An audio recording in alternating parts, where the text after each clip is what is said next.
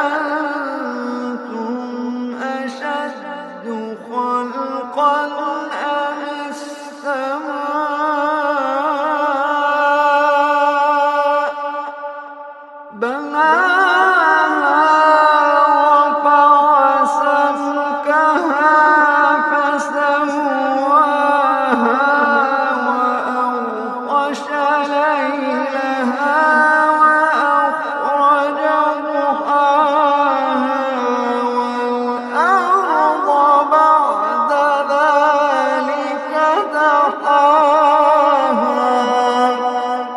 والأرض بعد ذلك دحاها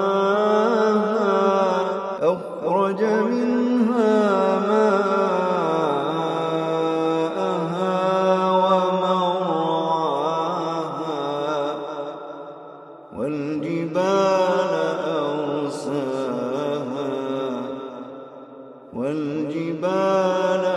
أرساها متاعا